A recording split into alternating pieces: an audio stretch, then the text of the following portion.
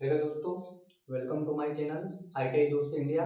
और हम पढ़ रहे थे सेफ्टी प्रैक्टिस। कल हमने पार्ट 1 कर लिया है, आज हम पार्ट 2 करेंगे।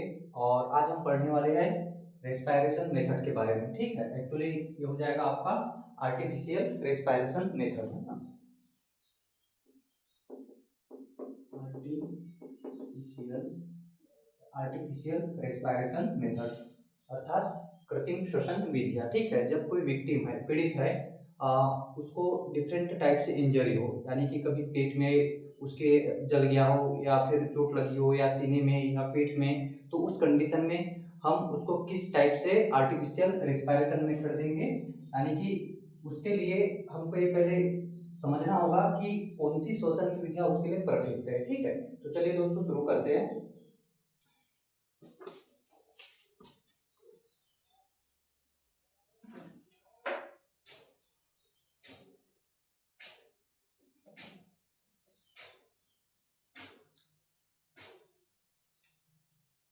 तो दोस्तों, जो कृत्रिम श्वसन विधियां है, ये मुख्यतः 4 प्रकार की होती है। कृत्रिम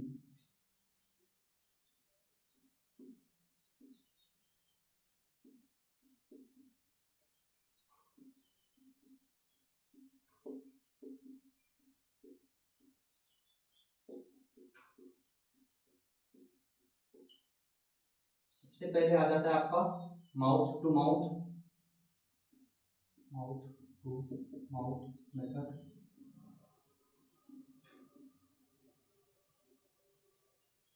इसके बाद आपका आ जाता है Nelson method.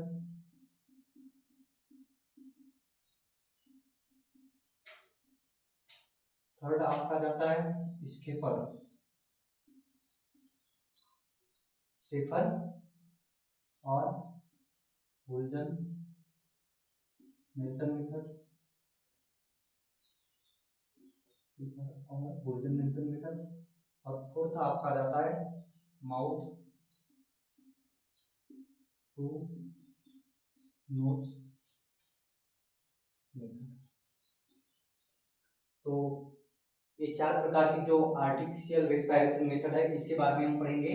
Mouth to mouth method, Nelson method, Schafer और वुल्जन नेल्सन मेथड, और फोर्थ है अपना माउथ टू नोज मेथड। ठीक है, इसके अलावा और एक मेथड है सिल्वेस्टर मेथड, जो लगभग माउथ टू माउथ मेथड के समान है। तो आप लोग इतना लिखिए या वीडियो रोक के स्क्रीनशॉट ले लीजिए।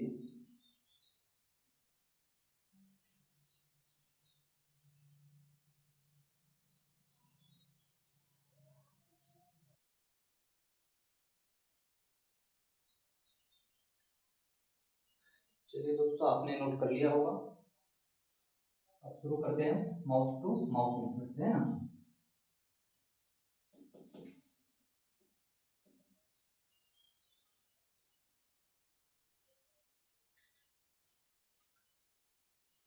इसका उपयोग हम तब करते हैं, जो माउथ टू माउथ मेथड का उपयोग हम तब करते हैं जब छाती और पेट में,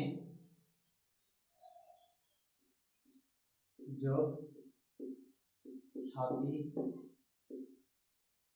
चेस्ट और पेट,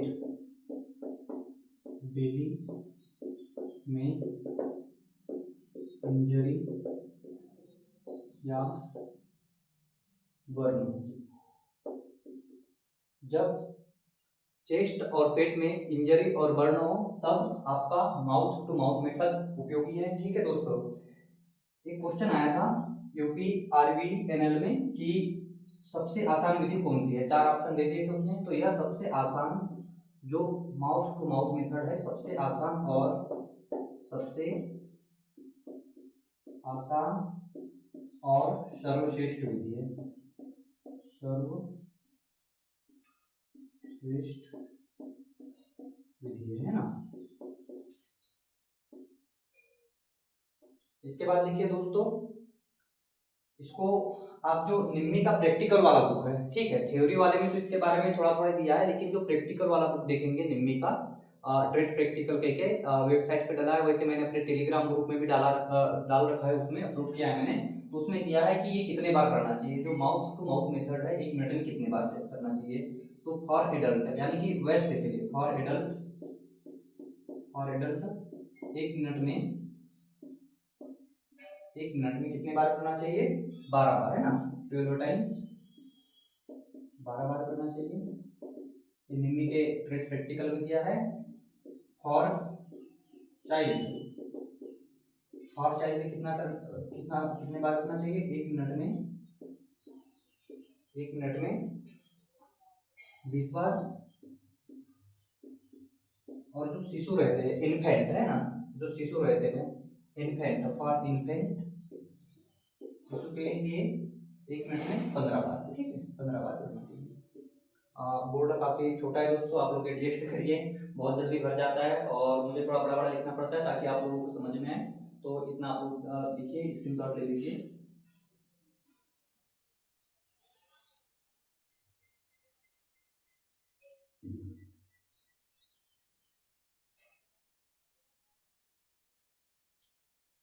चलिए दोस्तों, आप लोगों ने लिख लिया होगा, वीडियो रोक के लिखिए।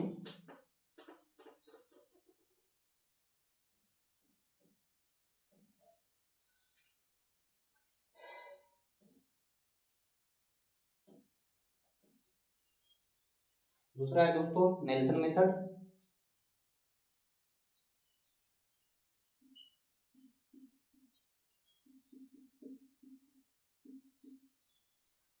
इसका उपयोग तब करते हैं जब चोट कहाँ हो?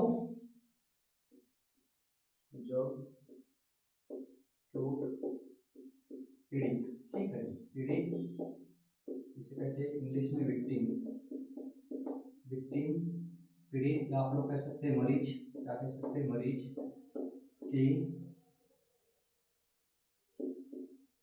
जब चोट पीड़ित या मरीज के पीठ में हो। कहाँ पे हो? पीठ में हो, यानी कि बैक साइड हो, बैक में हो, तब होगी, ठीक है। तो क्वेश्चन ऐसे आता है कि जब पीड़ित के पीठ पे चोट लगी हो या जल गया हो, तब कौन सा विधि सर्वश्रेष्ठ है या उपयोगी है? तो आपको क्या करना है? नेल्सन मेथड करना है। जब चोट जो है पीड़ित के सीने में हो या पेट में हो, तब क्या करना है? माउथ टू माउथ मेथड करना है या सिल्वेस्टर मेथड भी करना है, ठीक है। अब ऑप्शन डिपेंड करता है वो। इसके बाद थर्ड है दोस्तों अपना स्केपर, सिफर, और होल्जन नेल्सन मेथड,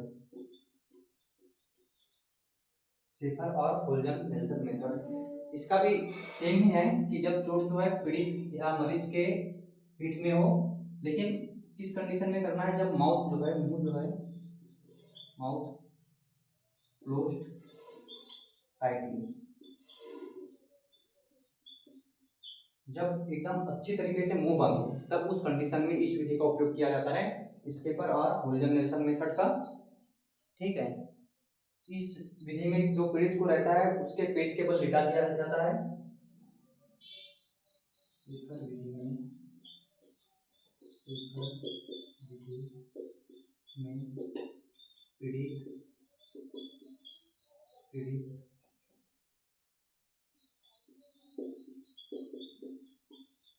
को पेट के बल लिटा दिया जाता है,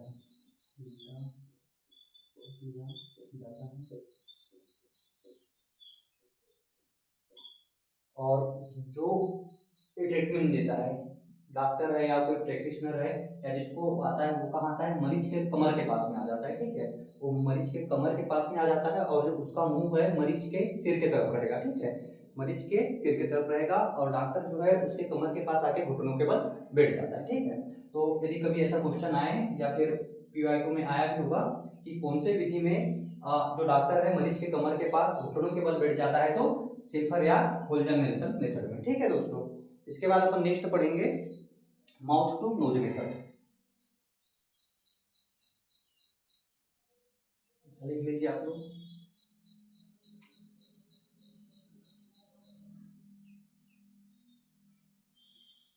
ठीक है, वीडियो रोक लीजिए।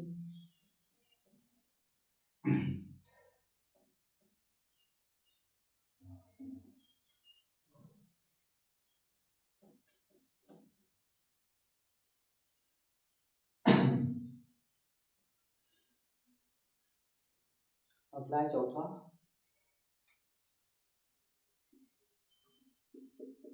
Mouth to knows method.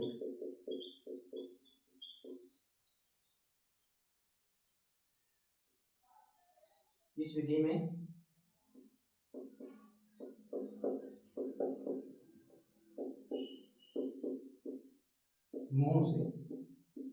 मुंह से अन्य व्यक्ति द्वारा मुंह से विक्टिम को, पीड़ित को विक्टिम के मुंह से श्वास दिया जाता है, श्वास दिया जाता है। ठीक है दोस्तों, इसके बाद क्या, हाँ बच्चों के लिए उपयोगी है। ये जो विधि है बच्चों के लिए अधिक उपयोगी है। यह विधि बच्चों के लिए अधिक उपयोगी है।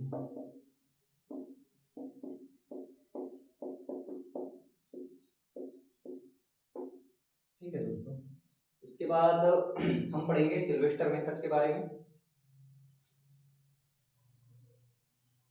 इसका स्क्रीनशॉट ले लीजिए या वीडियो रोक के लिखिए, आप लोग नोट्स बना रहे हो तो।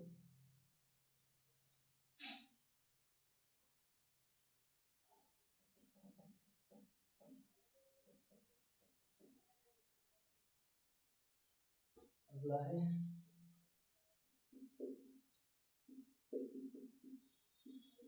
सिल्वेस्टर मेथड, सिल्वेस्टर विधि।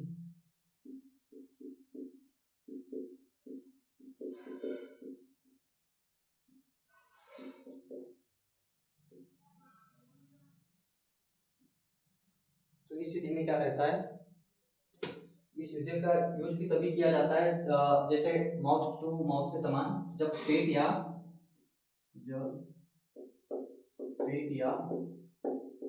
सीने में चोट लगी हो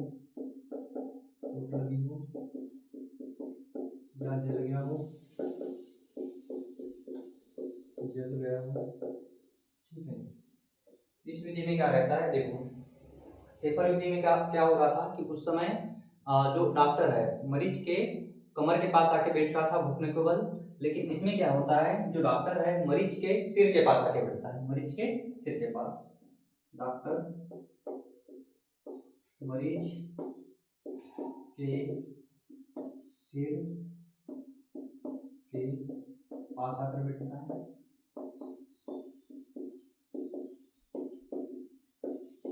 और क्या होता है सिल्वेस्टर विधि में, उसकी भुजा को मरीज के भुजा को ऊपर की ओर खींचता है, ऊपर की ओर खींचता है, मरीज के भुजा को ऊपर की ओर खींचता है ना। देखो डूबने के मामले में ना ये विधि जो है उपयोगी नहीं है, क्योंकि इसमें क्या होता है, देखो पेट या सीने में चोट लगी है, कहाँ पे चोट लगी है, पेट या सीने में चोट लगी है, तो स्वाभाविक सी बात है उसको किसके बल लिटाएंगे, हम पीठ के बल लिटाएंगे, और जब पीठ के बल लिटाएंगे तो पानी बाहर नहीं आ पाएगा, इसलिए इस विधि का उपयोग डूबने के मामले में नहीं किया जाता है। तो आप लोग लिखिए सिल्वेस्टर मेथड का उपयोग, सिल्वेस्टर विधि का उपयोग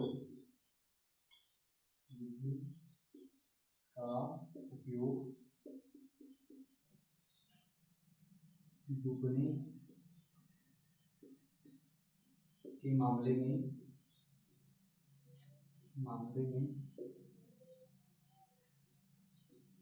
नहीं किया जाता, ठीक है, नहीं किया जाता। इसके बाद लिखिए इसको कितना बार करना चाहिए, 1 मिनट में 12 बार, 1 मिनट में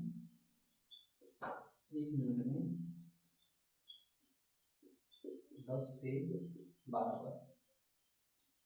ठीक है दोस्तों, आज हमारी दूसरी क्लास है, इससे पहले कल हमने पहली क्लास की है, तो जिन्होंने वो वाला क्लास नहीं देखा जाके देखें, और मुझे इम्प्रूवमेंट के लिए आप लोग टिप्स दीजिए कमेंट सेक्शन में। ठीक है, तो लिखिए इतना।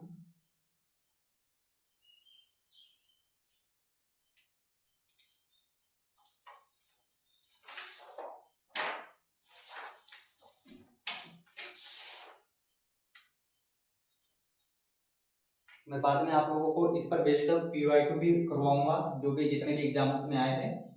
पहले एक बार टॉपिक कंप्लीट कर लेते हैं हम लोग। और मैं पूरा जितना भी ये मेरे नोट्स है निम्मी से मैंने खुद बनाया है, आप लोग देख सकते हैं। इस टाइप से पूरे नोट्स बने हुए हैं। इसको मैं अपने टेलीग्राम चैनल पे अपलोड करूंगा, ठीक है। तो वहां से आपको इसका PDF मिल जाएगा। चलिए दोस्तों, इतना लिख लीजिए, इसके बाद हम आगे बढ़ते हैं।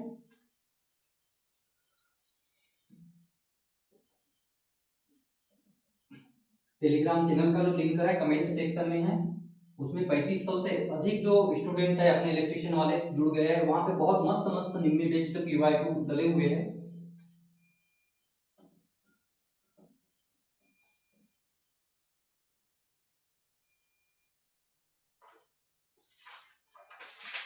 अब हम पढ़ेंगे सेफ्टी साइंस के बारे में।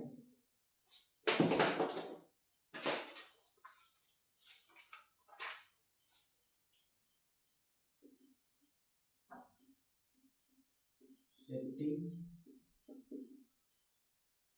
साइंस के बारे में ना, देखिए मैंने फर्स्ट डे ही बताया था सेफ्टी साइन दो प्रकार के होते हैं। एक तो अपना रहता है रोड सेफ्टी साइन, और एक रहता है मेन वाला सेफ्टी साइन, जो 4 प्रकार के रहते हैं। तो सबसे पहले हम पढ़ेंगे रोड सेफ्टी साइन।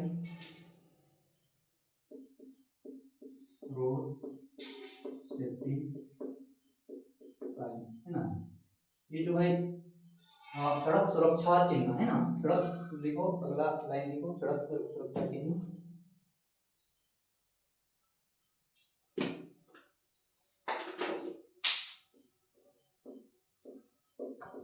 सड़क सुरक्षा चिन्ह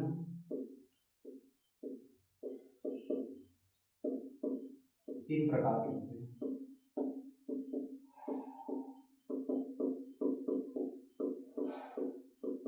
कौन कौन से? सबसे पहला होता है मैंडेटरी, अनिवार्य। दूसरा होता है कॉशनरी यानी कि चेतावनी चिन्ह। और तीसरा होता है दोस्तों इंफॉर्मेटरी। क्या होता है? इंफॉर्मेटरी। सड़क सुरक्षा चिन्ह में 3 ही आते हैं, जबकि आपका जो मेन सेफ्टी साइन है उसमें चौथा एक क्या रहता है? प्रोहिबिटेड वाला रहता है ना। तो अनिवार्य, कॉशनरी और इंफॉर्मेटरी, इसके बारे में डिटेल से डिस्कस करते हैं। इतना आप लोग लिखिए कि सड़क सुरक्षा चिन्ह 3 प्रकार के होते हैं, मैंडेटरी, कॉशनरी, इंफॉर्मेटरी। दोस्तों बोर्ड थोड़ा छोटा पड़ जाता है, तो आप लोगों को स्पेस इधर भी दिख रहा होगा, इधर भी दिख रहा होगा, तो सब डिवाइड कीजिए। आप लोग खाली बोर्ड पे फोकस कीजिए।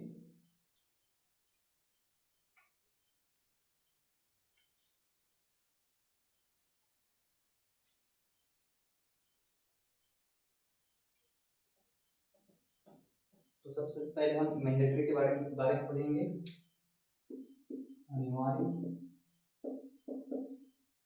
अनिवार्य सड़क सुरक्षा चिन्ह।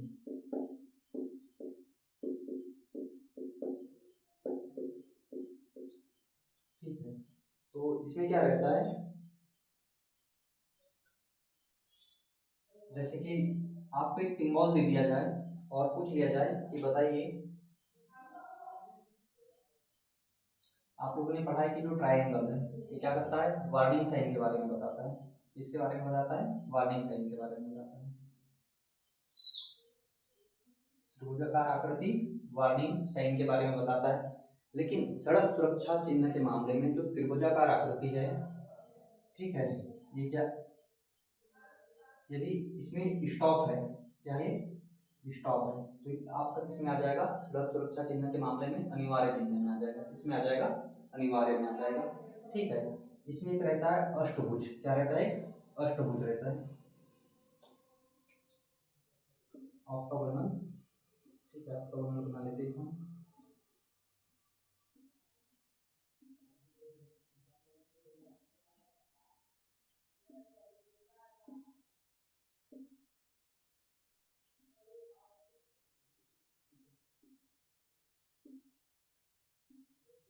ठीक है, जो ये ऑक्टोगोनल है ये क्या दर्शाता है? Give way. क्या दर्शाता है? गिव वे, यानी कि रास्ता दीजिए। ठीक है, तो ये तो बहुत आए हैं, बहुत सारे एग्जाम में पूछा गया है, DMR हो जो भी हो, कि ये दे देगा, बताइए कौन सा चिन्ह सड़क सुरक्षा चिन्ह है। तो पहला तो ये गिव वे है और इसमें आता है अनिवार्य सड़क सुरक्षा चिन्ह में आता है, ठीक है। इसके बाद एक रहता है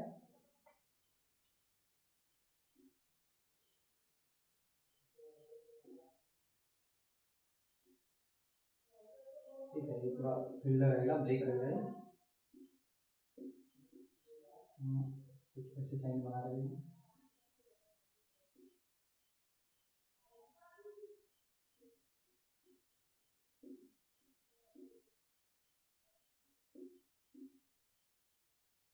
ये क्या दर्शाता है दोस्तों, ये दर्शाता है कि ओवरटेकिंग प्रोहिबिटेड, ठीक है। क्या दर्शाता है, ओवरटेकिंग प्रोहिबिटेड, यानी कि तुम ओवरटेक नहीं कर सकते यहाँ पे। तो यहाँ पे लिखो ओवरटेकिंग प्रोहिबिटेड,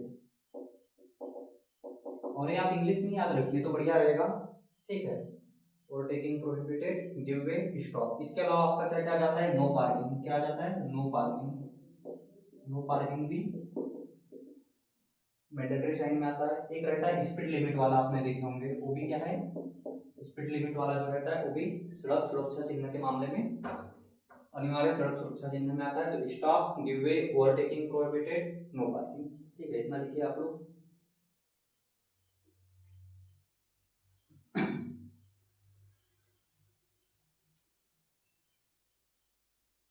चलिए आगे बढ़ते हैं।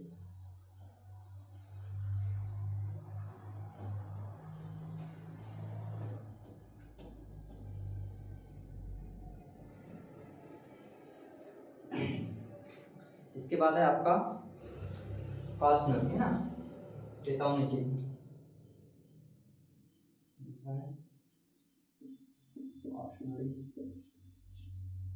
इसी को आप लोग कह सकते हैं warning, cautionary warning, road safety sign, है ना, रोड सेफ्टी साइन।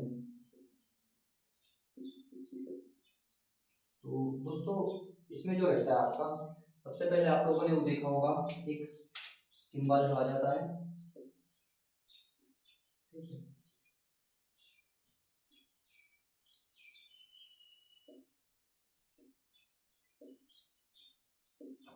क्या है, जब आप लोग रेलवे फाटक के पास जाते हैं तो कुछ इस टाइप से सिंबल बना रहता है, ये रहता है गार्डेड, ठीक है। क्या है, गार्डेड।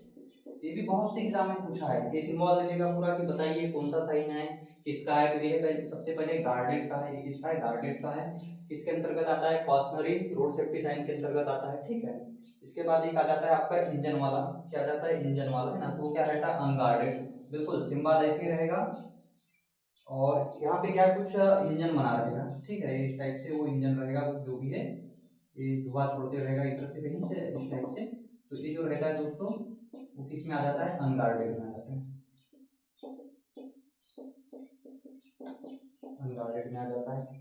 एक रहेगा पेडेस्ट्रियल क्रॉसिंग वाला, ठीक है, ऐसा जेब्रा क्रॉसिंग बना रहेगा, ठीक है।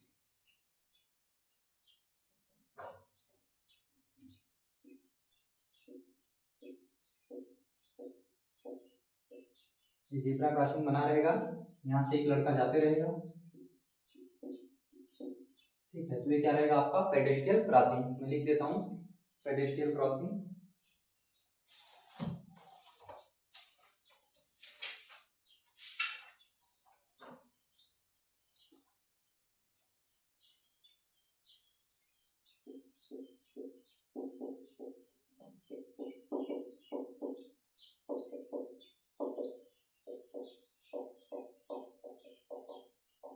इतना लिखिए, मैं मिटा दे रहा हूँ गार्डेड वाला, आप लोग वीडियो रोक लीजिए।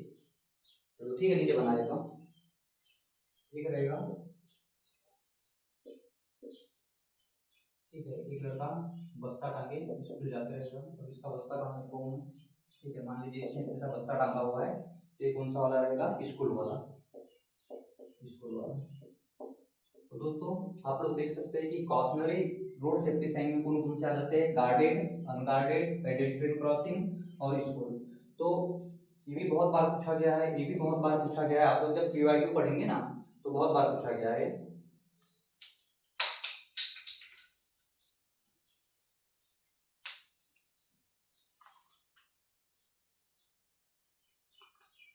ठीक है दोस्तों, इसके बाद इंफॉर्मेशन वाले पे आ जाते हैं हम।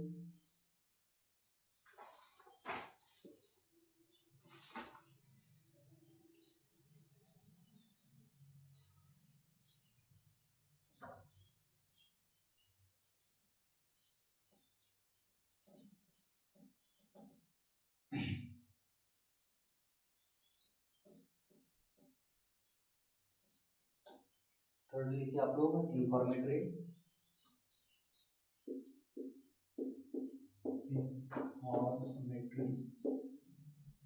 Informatory science. इसमें जो मेनली है वो क्या आ जाता है, जैसे पेट्रोल पंप का सिंबल आ जाता है, पेट्रोल पंप का। और एक वाला देखेंगे आपने, जैसे बहुत बड़े बड़े बोर्ड टंगे रहते हैं, उसमें लिखा रहेगा कि जो भोपाल है वो 50 किलोमीटर दूर है, ठीक है। नागपुर है जो कितना जो भी मान लो ऐसा 20 किलोमीटर दूर है। जबलपुर है, ठीक है, 50 किलोमीटर दूर है। तो इस टाइप से जो सिंबल लगे रहते हैं इधर उधर डायरेक्शन वाले, वो किसमें आ जाते हैं, आपके इंफॉर्मेशन साइन में आ जाते हैं।